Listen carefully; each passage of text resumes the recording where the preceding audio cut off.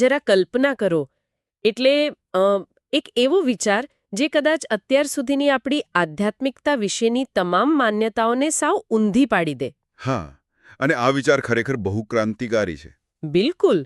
શું એવું બની શકે કે પરમ જ્ઞાન કે શુદ્ધ ચેતના સુધી પહોંચવાનો સૌથી ટૂંકો રસ્તો હિમાલયની કોઈ શાંત ગુફામાં આંખો બંધ કરીને બેસવાનો નથી, પણ જ્યારે કોઈ માણસ ભયંકર ક્રોધમાં હોય અથવા તો અતિશય ડરી ગયો હોય, બસ તે જ ક્ષણનો ઉપયોગ કરવાનો હોય? આ સાંભળવામાં થોડું વિચિત્ર લાગે, ખરું ને? કારણ કે આપણે તો શાંતિ જ શોધતા હોઈએ છીએ. હા, અને એ જ તો વિરોધાભાસ છે. જુઓ, સામાન્ય રીતે જ્યારે આપણે માનવ શરીર કે કોઈ બીમારી વિશે વાત કરીએ છીએ ત્યારે એક મેડિકલ ડાયગ્નોસિસ જેવી ચોકસાઈની અપેક્ષા રાખીએ છીએ. સાચી વાત છે. ડોક્ટર સીધા કહેશે કે અહીં તકલીફ છે. હા, જો હાથનું હાડકું તૂટે તો એક્સરે મશીન એક સ્પષ્ટ સફેદ લાઈન બતાવે. અને આપણે દરેક વસ્તુને આવી સ્પષ્ટ કેટેગરીમાં વહેંચવા ટેવાયેલા છીએ.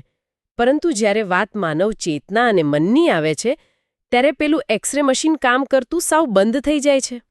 આ જ તો ચેતનાની સૌથી મોટી ખાસિયત છે.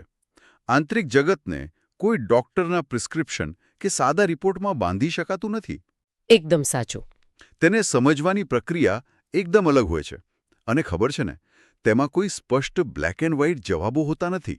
અને આજના આપણા આ ગહન અભ્યાસનો વિષય પણ આ જ રહસ્યની આસપાસ ફરે છે.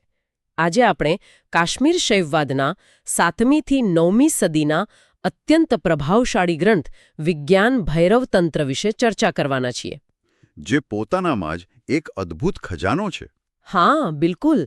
આપણા આજના સ્ત્રોતોમાં આ પ્રાચીન ગ્રંથના મૂળ સંસ્કૃત શ્લોકો, મહાન વિદ્વાન સ્વામી લક્ષ્મણજુ દ્વારા કરવામાં આવેલા તેના ઊંડા અર્થઘટનો અને સૌથી મહત્વની વાત, આધુનિક ન્યુરોસાયન્સના રિસર્ચ પેપર્સનો સમાવેશ થાય છે. એટલે કે પ્રાચીન જ્ઞાન અને આધુનિક વિજ્ઞાનનો એકદમ પરફેક્ટ સમન્વય. સાવ સાચી વાત. આજના આ ગહન અભ્યાસનું મિશન એ સમજવાનું છે કે કેવી રીતે હજારો વર્ષ જૂનું આ પ્રાચીન જ્ઞાન આજના આધુનિક વિજ્ઞાન અને મનોવિજ્ઞાનના સિદ્ધાંતો સાથે આટલી સચોટ રીતે મેળ ખાય છે. તો ચાલો આ બાબતને વિગતવાર સમજીએ. ચોક્કસ. ચોક્કસ. સૌથી પહેલાં તો આ ગ્રંથના મૂળ સ્વરૂપ વિશે વાત કરીએ. આ કોઈ સામાન્ય ધાર્મિક ગ્રંથ નથી જેમાં માત્ર નિયમો કે પૂજાપાઠની વિધિઓ લખી હોય, ખરું ને? બિલકુલ નહીં. આ ગ્રંથનું માળખું જ તેનું સૌથી મોટું આકર્ષણ છે. જુઓ, આખો ગ્રંથ ભગવાન શિવ અને દેવી પાર્વતી વચ્ચેના એક સંવાદના રૂપમાં લખાયેલો છે. હા, મેં સ્ત્રોતોમાં વાંચ્યું કે તે એક ચર્ચા જેવું છે. હા, અહીં શિવને ભૈરવ તરીકે ઓળખવામાં આવ્યા છે, જે શુદ્ધ અને સીમાઓ વગરની ચેતનાનું પ્રતીક છે, જ્યારે દેવી પાર્વતીને ભૈરવી યાને કે શક્તિ તરીકે દર્શાવવામાં આવ્યા છે. એટલે દેવી પાર્વતી અહીં જિજ્ઞાસુના રોલમાં છે એમને? હા, બરાબર. દેવી અહીં એક જિજ્ઞાસુના સ્થાને છે, જે સમગ્ર માનવજાત વતી પ્રશ્નો પૂછી રહ્યા છે. સંવાદની શરૂઆતમાં જ દેવી પાર્વતી એક અત્યંત ગહન પ્રશ્ન પૂછે છે કે આ પરમ સત્યનું સાચું સ્વરૂપ આખરે છે શું? અરે વાહ! એટલે તેઓ સીધો જ મૂળ પ્રશ્ન પૂછે છે. હા, તેઓ પૂછે છે કે શું તે કોઈ મંત્રોમાં છુપાયેલું છે કે પછી કોઈ ભૌતિક આકારમાં? આ પ્રશ્નનો શિવ જે જવાબ આપે છે તે ખરેખર વિચારતા કરી મૂકે એવો છે. તેઓ કોઈ લાંબી ફિલોસોફી કે સૈદ્ધાંતિક વ્યાખ્યાઓ આપવાને બદલે સીધી 112 પ્રાયોગિક ધ્યાનની પદ્ધતિઓ આપે છે. જેને ધારણાઓ કહેવામાં આવે છે. બરાબર, ધારણાઓ. જ્યારે મેં આ સ્ત્રોતો વાંચ્યા ત્યારે મને એવું લાગ્યું કે જાણે આ માનવ મનને કેવી રીતે વાપરવું તેના માટેનું કોઈ ઓપન સોર્સ મેન્યુઅલ છે. હા, મેન્યુઅલ જ કહી શકાય આને. પણ અહીં મને એક પ્રશ્ન થાય છે. શિવે કેમ કોઈ સીધો જવાબ ન આપ્યો? શા માટે તેમણે 112 અલગ અલગ પદ્ધતિઓ ગણાવી? એનું બહુ મોટું કારણ છે. શુદ્ધ ચેતનાનો અનુભવ શબ્દોમાં સમજાવી શકાતો નથી. જો તેનો માત્ર અનુભવ જ કરી શકાય છે. જો કોઈ માણસે ક્યારેય ગળ્યો સ્વાદ ચાખ્યો જ ન હોય તો તેને ગમે તેટલા પુસ્તકો વાંચવા આપો, તે મીઠાશને નહીં સમજી શકે. અરે હા, આ બહુ જ સરસ ઉદાહરણ આપ્યું તમે. મીઠાશ તો ચાખવી જ પડે. બરાબર. અને સ્વામી લક્ષ્મણજુએ તેમના અર્થઘટનોમાં બહુ સ્પષ્ટ રીતે સમજાવ્યું છે કે આ ગ્રંથ સિદ્ધાંતો વિશે નથી, પરંતુ પ્રત્યક્ષ અનુભવ વિશે છે. એટલે પ્રેક્ટિકલ એપ્લિકેશન પર વધુ ભાર છે. હા, બિલકુલ. 112 પદ્ધતિઓ આપવા પાછળનું કારણ એ છે કે દુનિયામાં દરેક માણસનું મન અને તેનો સ્વભાવ અલગ અલગ હોય છે. અમુક લોકો શાંત પ્રકૃતિના હોય છે હા, તો અમુક અત્યંત લાગણીશીલ હોય છે. અને અમુક સતત વિચારોમાં ખોયાયેલા રહે છે. વિજ્ઞાન ભૈરવતંત્ર કહે છે કે તમારો સ્વભાવ ગમે તેવો હોય, આ 112 રસ્તાઓમાંથી કોઈ એક રસ્તો ચોક્કસ તમારા માટે જ બનેલો છે. શું વાત છે! આ જ બાબત તેને કઠોર ધાર્મિક માન્યતાઓથી અલગ પાડે છે. તેમાં કોઈ એક જ રસ્તાને સર્વશ્રેષ્ઠ માનવાની જીદ નથી. સાચી વાત છે. ચાલો આપણે આ સ્ત્રોતોમાં દર્શાવેલી કેટલીક ચોક્કસ પદ્ધતિઓની ઊંડાણપૂર્વક ચર્ચા કરીએ. શ્વાસ પર આધારિત ઘણી પદ્ધતિઓનો ઉલ્લેખ છે. દાખલા તરીકે એક પદ્ધતિ એવું સૂચવે છે કે શ્વાસ જ્યારે અંદર જાય છે અને જ્યારે બહાર આવે છે તે બંને પ્રક્રિયાઓ વચ્ચે જે એક સૂક્ષ્મ ખાલીપો સર્જાય છે તેના પર ધ્યાન કેન્દ્રિત કરવું જોઈએ. આ બહુ જ શક્તિશાળી પદ્ધતિ છે. પણ આ નાનકડા ખાલીપામાં એવું તે શું વિશેષ છે? મારો કહેવાનો અર્થ એ છે કે આપણે તો આખો દિવસ શ્વાસ લઈએ છીએ, તો આમાં નવું શું? આ પ્રક્રિયાના મિકેનિઝમને સમજવા જેવું છે. સામાન્ય રીતે આપણું મન ક્યારેય શાંત હોતું નથી. તે સતત ભૂતકાળની યાદો અથવા ભવિષ્યની ચિંતાઓમાં ભટકતું રહે છે. હા, મન તો કાયમ કંઈક ને કંઈક વિચારતું જ હોય છે. બરાબર. મન હંમેશા કોઈને કોઈ આધાર શોધી જ લે છે. પણ શ્વાસની પ્રક્રિયાને ધ્યાનથી જોઈએ તો જ્યારે શ્વાસ સંપૂર્ણપણે અંદર ખેંચાઈ જાય છે ત્યારે એક ક્ષણ માટે તે અટકે છે. હા, એક નાનકડો વિરામ આવે છે. અને જ્યારે શ્વાસ પૂરેપૂરો બહાર નીકળી જાય છે ત્યારે ફરીથી નવો શ્વાસ લેતા પહેલા પણ એક ક્ષણનો વિરામ આવે છે. આ તે ક્ષણ છે જ્યારે શારીરિક હલનચલન સંપૂર્ણપણે શૂન્ય થઈ જાય છે. મન જે શ્વાસની ગતિ સાથે જોડાયેલું છે તેને પકડવા માટે આ ખાલીપામાં કોઈ વિચાર મળતો નથી. અરે વાહ! એટલે કે આ પેલા લોલક યાને કે પેન્ડ્યુલમ જેવું કામ કરે છે? હા, એકદમ પરફેક્ટ ઉદાહરણ. પેન્ડ્યુલમ જ્યારે એક તરફથી બીજી તરફ જાય છે ત્યારે તેની મહત્તમ ઊંચાઈ પર પહોંચીને પાછું ફરતા પહેલા તે એક માઇક્રોસેકન્ડ માટે સાવ સ્થિર થઈ જાય છે. હા, બસ એ જ સ્થિરતા. એટલે શ્વાસ વચ્ચેનો આ ખાલીપો એ સ્થિરતાની ક્ષણ છે જ્યાં અહંકાર અને વિચારો થોડા સમય માટે અટકી પડે છે. એકદમ સાચી સરખામણી છે. અને આ જ સ્થિરતામાં જ્યારે વિચારોનું આવરણ હટી જાય છે ત્યારે વ્યક્તિ પોતાની મૂળ ચેતનાનો અનુભવ કરી શકે છે. એટલે કે કોઈ જ વિચાર વગરની અવસ્થા. હા, આ ખાલીપામાં રહેવાની પ્રેક્ટિસ કરવાથી ધીમે ધીમે તે સ્થિરતા જીવનના અન્ય ભાગોમાં પણ આવવા લાગે છે. આ ખરેખર અદ્ભુત છે. બીજું એક ખૂબ જ સુંદર અને કાવ્યાત્મક ઉદાહરણ મોરપીંછનું આપવામાં આવ્યું છે. હા, મોરપીંછની ધારણા. સ્ત્રોતોમાં દર્શાવ્યું છે કે જેમ મોરપીંછની અંદર 5 અલગ અલગ રંગોના કુંડાળા હોય છે તેમ સાધકે એવી કલ્પના કરવાની છે કે તેની 5ય ઇન્દ્રિયો જોવાની, સાંભળવાની, સૂંઘવાની, સ્વાદની અને સ્પર્શની શક્તિ આ વિશાળ અને અનંત અવકાશમાં વિલીન થઈ રહી છે. આ કલ્પના બહુ ડીપ છે. પણ આ કલ્પના કરવાથી મન પર શું અસર પડે છે? આપણે દુનિયાનો જે કંઈ પણ અનુભવ કરીએ છીએ તે આ 5 ઇન્દ્રિયો દ્વારા જ કરીએ છીએ. ઇન્દ્રિયો આપણને આપણા શરીરની મર્યાદાઓનો અહેસાસ કરાવે છે. હા, આપણને એવું લાગે છે કે આપણે આ શરીર પૂરતા જ સીમિત છીએ. બરાબર. જ્યારે કોઈ વ્યક્તિ એવી કલ્પના કરે છે કે તેની આ ઇન્દ્રિયો માત્ર તેના શરીર પૂરતી સીમિત ન રહેતા બ્રહ્માંડના અનંત અવકાશમાં ઓગળી રહી છે ત્યારે તે પોતાની શારીરિક સીમાઓ તોડી નાખે છે. એટલે આ એક માનસિક વિસ્તાર છે એમને? હા, આ કોઈ શારીરિક પ્રક્રિયા નથી પણ ધ્યાન દ્વારા મનને વિસ્તૃત કરવાની રીત છે. તેનાથી વ્યક્તિનો નાનો હું કે સંકુચિત દૃષ્ટિકોણ તૂટી જાય છે અને તે એક અસીમ શાંતિનો અનુભવ કરે છે. અહીંથી વાત ખરેખર ખૂબ જ રસપ્રદ બને છે. કારણ કે આ ગ્રંથ માત્ર શાંતિ, શ્વાસ અને મોરપીંછની સુંદર કલ્પનાઓ પૂરતો મર્યાદિત નથી. બિલકુલ નથી. આનાથી ઘણું આગળ છે. આ ગહન અભ્યાસની શરૂઆતમાં આપણે જે વાત કરી હતી તેના પર આવીએ. સ્વામી લક્ષ્મણજુના અર્થઘટન મુજબ ભય, ક્રોધ અથવા અત્યંત તીવ્ર આનંદ જેવી લાગણીઓ પણ આધ્યાત્મિક માર્ગ બની શકે છે.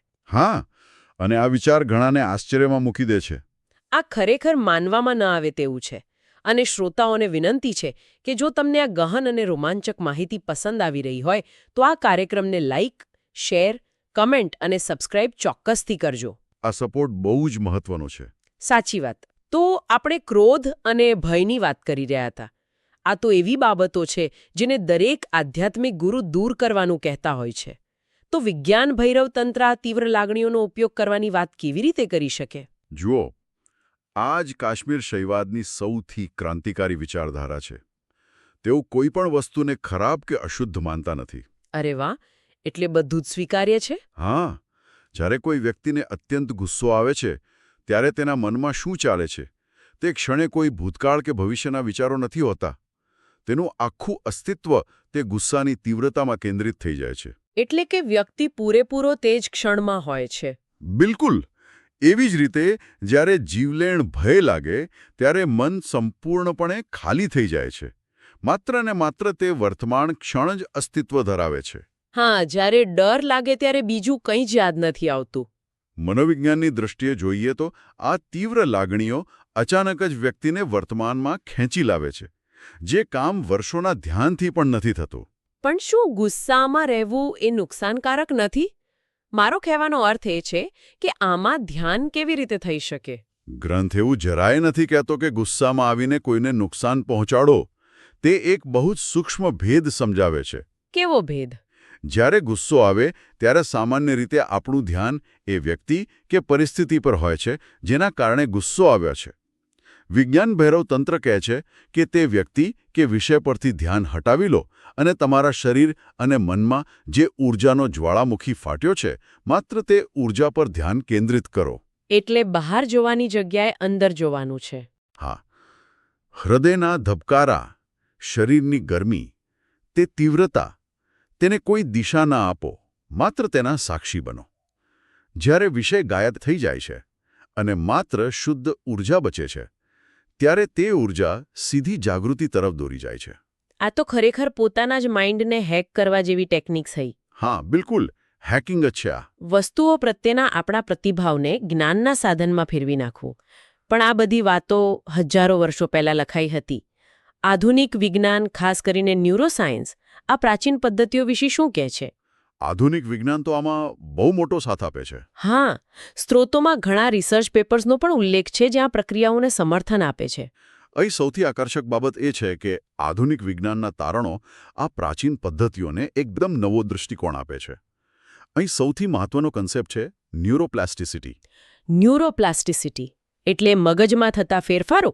હા, પહેલાં એવું માનવામાં આવતું હતું કે ઉંમર વધવાની સાથે મગજનું માળખું નિશ્ચિત થઈ જાય છે અને તેમાં કોઈ ફેરફાર થઈ શકતો નથી. પરંતુ હવે વિજ્ઞાન સાબિત કરી ચૂક્યું છે કે મગજ પ્લાસ્ટિક જેવું છે. તે નવા અનુભવો અને સતત અભ્યાસ દ્વારા પોતાના ન્યુરલ કનેક્શન્સ બદલી શકે છે. એટલે મગજ બદલાઈ શકે છે?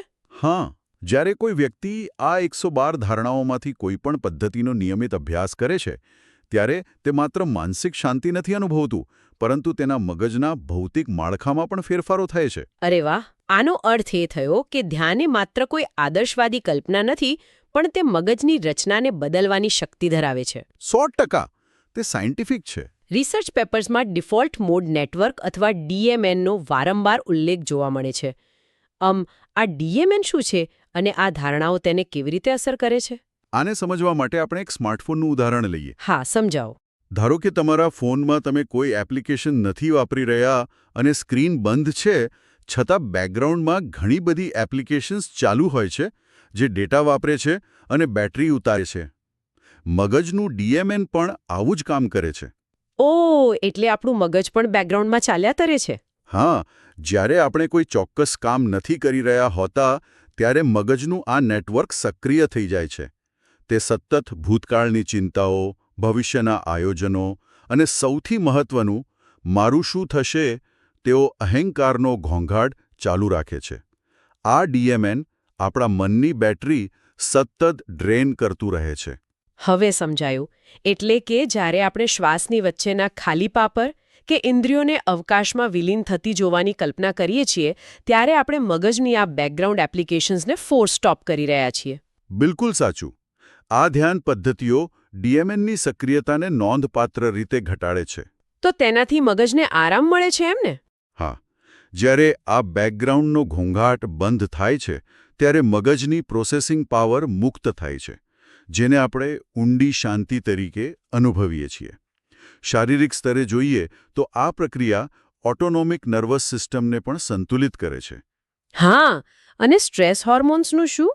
આપણા શરીરમાં તણાવ વખતે કોર્ટિસોલ નામનો હોર્મોન ઉત્પન્ન થાય છે, ધ્યાન તેને ઘટાડે છે. અને જો મગજના તરંગો યાની કે બ્રેઇન વેવ્સની વાત કરીએ તો આપણે સામાન્ય રીતે બીટા અવસ્થામાં હોઈએ છીએ. બીટા અવસ્થા એટલે જ્યારે મન બહુ સક્રિય હોય? હા, જ્યાં મન ખૂબ જ સક્રિય અને ઘણીવાર તણાવમાં હોય છે. આ પદ્ધતિઓ મગજને બીટામાંથી આલ્ફા અને ત્યારબાદ થીટા અવસ્થા તરફ લઈ જાય છે. આલ્ફા અને થીટા અવસ્થા એ ઊંડા આરામ અને આંતરિક જાગૃતિની નિશાની છે. આ બધું જાણવું ખૂબ જ રસપ્રદ છે, પરંતુ અહીં મને એક મોટો પ્રશ્ન થાય છે અને કદાચ શ્રોતાઓને પણ થતો હશે. હા, પૂછો ને. અંત થવા, કોર્ટિસોલના લેવલ ઘટવા અને આલ્ફા થીટા બ્રેન વેવ્સના ગ્રાફમાં જ સીમિત કરી દઈએ તો શું આપણે આખી પ્રક્રિયાને બહુ યાંત્રિક નથી બનાવી રહ્યા? આ એક બહુ સામાન્ય ચિંતા છે. હા, મારો પ્રશ્ન એ છે કે શું વિજ્ઞાન દરેક વસ્તુને મગજના કેમિકલ્સ કહીને આ પવિત્ર આધ્યાત્મિક અનુભવનો જાદુ ખતમ નથી કરી રહ્યો? આ એક બહુ જ ઊંડી અને વાજબી શંકા છે, જે ઘણા લોકોને થતી હોય છે. પરંતુ વાસ્તવમાં વિજ્ઞાન અને આધ્યાત્મિકતા એકબીજાના વિરોધી નથી. આને એક સંગીતના સાધનના ઉદાહરણથી સમજીએ. હા, ઉદાહરણથી વધુ ક્લિયર થશે. ધારો કે કોઈ એક વાંસળી વાગી રહી છે. વિજ્ઞાનનું કામ એ સમજાવવાનું છે કે વાંસળીમાં કેટલા કાણા છે, તેમાંથી હવા કેવી રીતે પસાર થાય છે અને હવાની ગતિના કારણે ધ્વનિના તરંગો કેવી રીતે ઉત્પન્ન થાય છે. આ બધું મિકેનિઝમ છે. બરાબર. એટલે વિજ્ઞાન પ્રોસેસ સમજાવે છે. હા, વિજ્ઞાન આપણને સમજાવે છે કે આ પ્રક્રિયા શારીરિક સ્તરે કેવી રીતે થઈ રહી છે. પરંતુ વાંસળીમાંથી કયો રાગ વહેશે, તેમાંથી ઉત્પન્ન થતું સંગીત સાંભળનારના હૃદયને કેવી શાંતિ આપશે, તે વિજ્ઞાન નક્કી નથી કરતું. અરે વાહ, બહુ જ સુંદર વાત કરી. એટલે કે મગજના કેમિકલ્સ અને બ્રેન વેવ્સ એ માત્ર વાંસળીની રચના અને હવાની ગતિ છે. એકદમ સાચું. જ્યારે વિજ્ઞાન ભૈરવતંત્ર આપણને તે સંગીતનો અનુભવ કરાવે છે, તે આપણને સમજાવે છે કે આ બધું શા માટે થઈ રહ્યું છે અને તેનું અંતિમ લક્ષ્ય શું છે. અનુભવ કરનાર ચેતના તો એ કેમિકલ્સના બદલાવથી પણ પર છે. હા, બંને એકબીજાના પૂરક છે. વિજ્ઞાન આપણને શારીરિક નકશો આપે છે, જ્યારે આ ગ્રંથ આપણને તે નકશા પર ચાલવાની હિંમત અને માર્ગદર્શન આપે છે. તો આ બધાનો અર્થ શું છે? જો કોઈ વ્યક્તિ આ 112 પદ્ધતિઓમાંથી પોતાના સ્વભાવ મુજબની પદ્ધતિનો અમલ કરે, તેના મગજમાં આ સકારાત્મક ફેરફારો થાય, ડીએમએન શાંત પડે, તો પછી અંતિમ પરિણામ શું આવે છે? આ એક મહત્વનો પ્રશ્ન છે. આધ્યાત્મિક દ્રષ્ટિએ આ આખી યાત્રા આપણને ક્યાં લઈ જાય છે? કહેવાદનો પાયો જ અદ્વૈત દર્શન પર રહેલો છે.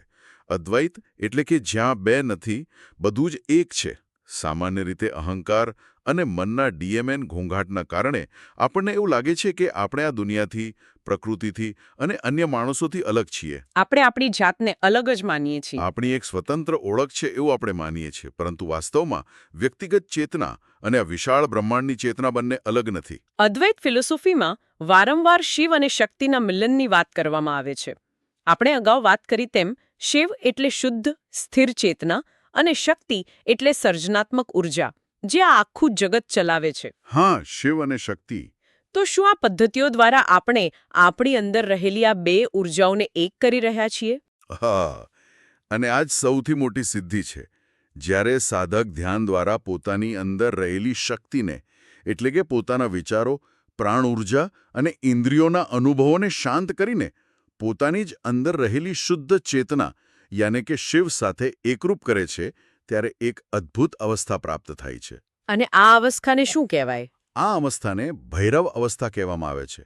આ એવી અવસ્થા છે જ્યાં કોઈ મર્યાદાઓ રહેતી નથી. વ્યક્તિ શૂન્યતા અને સંપૂર્ણતા બંનેનો એકસાથે અનુભવ કરે છે. શૂન્યતા અને સંપૂર્ણતા એકસાથે? હા, તે સમજી જાય છે કે બ્રહ્માંડમાં જે કંઈ પણ છે તે બધું તેની અંદર જ સમાયેલું છે. આ સાંભળીને જ અદ્ભુત શાંતિનો અહેસાસ થાય છે. પણ આ બધી વાતો સાંભળવામાં જેટલી ગહન લાગે છે, તેટલો જ એક મોટો પ્રશ્ન આજના આધુનિક જીવનશૈલી ધરાવતા માણસ માટે ઊભો થાય છે. હા, પ્રેક્ટિકલ પ્રશ્નો ઊભો થાય. શું આ બધું મેળવવા માટે અથવા અદ્વૈતનો અનુભવ કરવા માટે દુનિયાવી જવાબદારીઓ, નોકરી કે પરિવાર છોડીને સંન્યાસ લેવો પડે? અને આ જ વિજ્ઞાન ભૈરવ તંત્રની સૌથી મોટી ભેટ છે. આ ગ્રંથ એકદમ સ્પષ્ટપણે માને છે કે તમારે દુનિયાથી ભાગવાની કોઈ જરૂર નથી. એટલે સંન્યાસ લેવાની જરૂર નથી? બિલકુલ નહીં. વાસ્તવમાં તમે તમારી રોજિંદી દુનિયાવી પ્રવૃત્તિઓ અને ઇન્દ્રિયો દ્વારા જ બંધનોમાંથી મુક્ત થઈ શકો છો. તમારે પર્વત પર જવાની જરૂર નથી, કારણ કે તમારી ઓફિસ, તમારું ઘર બધું જ એક સાધના કેન્દ્ર બની શકે છે. અરે વાહ, આ તો બહુ આશ્વાસન આપનારી વાત છે. જમતી વખતે ખોરાકના એક કણના સ્વાદ પર સંપૂર્ણ ધ્યાન આપવું. ચાલતી વખતે પગ અને જમીનના સ્પર્શને ઊંડાણથી અનુભવવો. આસપાસના અવાજોને માત્ર સાંભળવા. આ દરેક સામાન્ય ક્રિયા એક ધ્યાન બની શકે છે, જો તેમાં સંપૂર્ણ જાગૃતિ ઉમેરવામાં આવે. એટલે કે જીવનની દરેક સામાન્ય ક્ષણ એક આધ્યાત્મિક જાગૃતિનું નિમિત્ત બની શકે છે. હા, જાગૃતિ જ મહત્વની છે. શરૂઆતમાં આપણે પેલા મેડિકલ એક્સરે મશીનની વાત કરી હતી, જે માત્ર તૂટેલા હાડકાં કે શરીરની ખામીઓ બતાવે છે. આપણે હંમેશા આપણી અંદર શું ખૂટે છે તે જ શોધ્યા કરીએ છીએ. હા, આપણું ધ્યાન હંમેશા ખામીઓ પર જ હોય છે. બસ આપણે તેને જોવાની આપણી દ્રષ્ટિ કેળવવાની જરૂર છે. બહુ સચોટ નિષ્કર્ષ છે. આ ગ્રંથ આપણને કોઈ નવો ધર્મ નથી શીખવતો, પણ આપણી પોતાની જ અંદર રહેલા અનંત પ્રકાશ અને અનંત શક્તિઓની ઓળખ કરાવે છે. હા, આ અદ્ભુત અને ગહન ચર્ચાના અંતે શ્રોતાઓ માટે એક નાનકડો પણ ખૂબ જ શક્તિશાળી વિચાર મૂકવા માંગુ છું. આપણે સ્ત્રોતોમાં દર્શાવેલી પદ્ધતિઓની વાત કરી. તેમાં એક પદ્ધતિ એવી પણ છે કે માત્ર એક ખાલી વાટકાને ધ્યાનથી જુઓ, અથવા તો રાત્રે સ્વચ્છ આકાશ તરફ તાકી રહો. હા, આ બહુ સરળ દેખાતી પણ શક્તિશાળી રીત છે. જરા એ વિચારવા જેવું છે કે રોજિંદા જીવનમાં આપણે કેટલીય એવી ક્ષણોમાંથી પસાર થઈએ છીએ જેને આપણે સાવ સામાન્ય ગણીને અવગણી દઈએ છીએ. હા, આપણે ધ્યાન જ નથી આપતા. ક્યારેક ટ્રાફિકમાં લાલ સિગ્નલ પર રાહ જોતી વખતે, સવારે એકલા બેસીને શાંતિથી ચા પીતી વખતે, કે કોઈ જૂના મિત્રને અચાનક વર્ષો પછી મળતી વખતે એક અજીબ શાંતિ અને સ્થિરતાની ક્ષણ ઊભી થાય છે.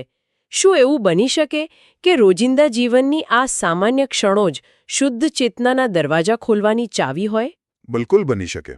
કોઈપણ વ્યક્તિના રોજિંદા જીવનમાં એવી કઈ ક્ષણો હોઈ શકે જે તેને સમયની પાર લઈ જવાની ક્ષમતા ધરાવે છે? આ વિચાર ચોક્કસથી મનમાં વાગોળવા જેવો છે. હા, આ વિચાર દરેક વ્યક્તિએ પોતાના જીવનમાં ઉતારવા જેવો છે. આજના આ ગહન અભ્યાસમાં બસ આટલું જ. જે શ્રોતાઓને પ્રાચીન જ્ઞાન અને આધુનિક વિજ્ઞાનનો આ સમન્વય પસંદ આવ્યો હોય, તેમને નમ્ર વિનંતી છે કે આ કાર્યક્રમને લાઇક અને શેર ચોક્કસ કરે, કમેન્ટ્સમાં પોતાના વિચારો જણાવે અને ચેનલને સબસ્ક્રાઇબ કરે, જેથી ભવિષ્યમાં આવા જ ગહન વિષયોની યાત્રા સાથે મળીને કરી શકાય. સૌ શ્રોતાઓ પોતાનું ખૂબ ધ્યાન રાખે. ચોક્કસ. સૌનું સ્વાસ્થ્ય સારું રહે અને મન શાંત રહે તેવી કામના. સ્વસ્થ રહો, મસ્ત રહો અને પોતાનું ખૂબ ધ્યાન રાખજો. આવજો.